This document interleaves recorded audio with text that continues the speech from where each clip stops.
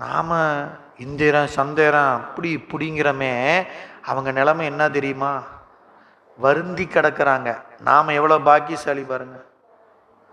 சிவபெருமான் யாரை தேடி வராருங்க? எல்லாத்தையும் கடந்து நம்மளை தேடி வரார். ஏன்னா இந்த உலகத்தில் இந்த மண்ணுலகம் மட்டும்தான் புண்ணியம், சிவ புண்ணியம்ங்கிற பதி புண்ணியத்தை சேர்ப்பதற்குரிய ஒரே இடம் மண்ணுலகம் மட்டும்தான். விண்ணுலகத்திலையும் பாதாளத்திலையும் சிவபுண்ணியத்தை நாம் சேர்க்கறதுக்கு வாய்ப்பே கிடையாது. அதனால எந்தரமும் ஆட்கொண்டு தோல் கொண்ட நீற்றான்னார். எந்தரமும் ஆட்கொண்டுங்கிறத போன பாடலையே பார்த்துட்டோம்.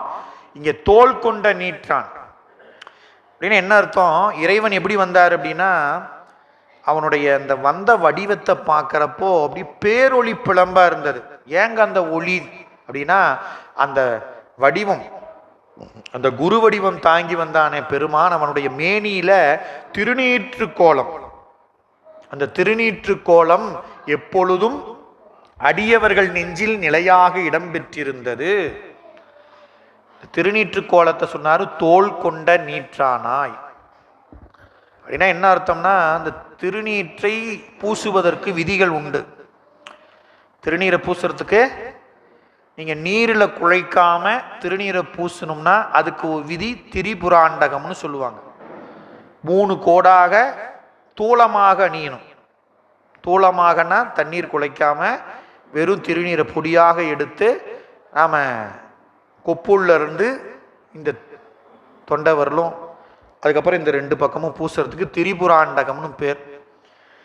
அதுக்கப்புறம் நம்ம அதுக்குரிய அதிகாரம் சமய வழிபாடுங்கிற நிலையில உபதேசம் பெற்ற பிறகு நம்ம திருநீர் என்ன பண்ணுங்க, முறையாக அந்த கிரியெல்லாம் செய்து திருநீரை குழைத்து அதற்குரிய விதிக்கப்பட்ட இடங்கள்ல நாம பூசணும்.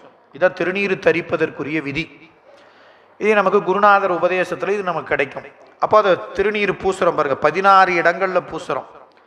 அதுபோல இது தீக்கை வழங்கக்கூடிய குருநாதருடைய உபதேசத்தினால் இதை நாம பெற்று செய்யணும். அப்போ ஞான குருமார்களை ஆற்றுப்படுத்தும் வகையில், ஞான குருமார்கள் நம்மை ஆற்றுப்படுத்துவதற்கு செய்யக்கூடிய உபதேசம்தான் மந்திர உபதேசமோ இந்த திருநீர் பூசுவதும். அப்போ இந்த திருநீர் பூசுவது, திருநீரு என்பது எதுன்னு கேட்டீங்கன்னா, பராவணம் ஆவது நீருன்னு ஞானசம்பந்தர் பாடுறார். பராவணம்னா பராசக்தி.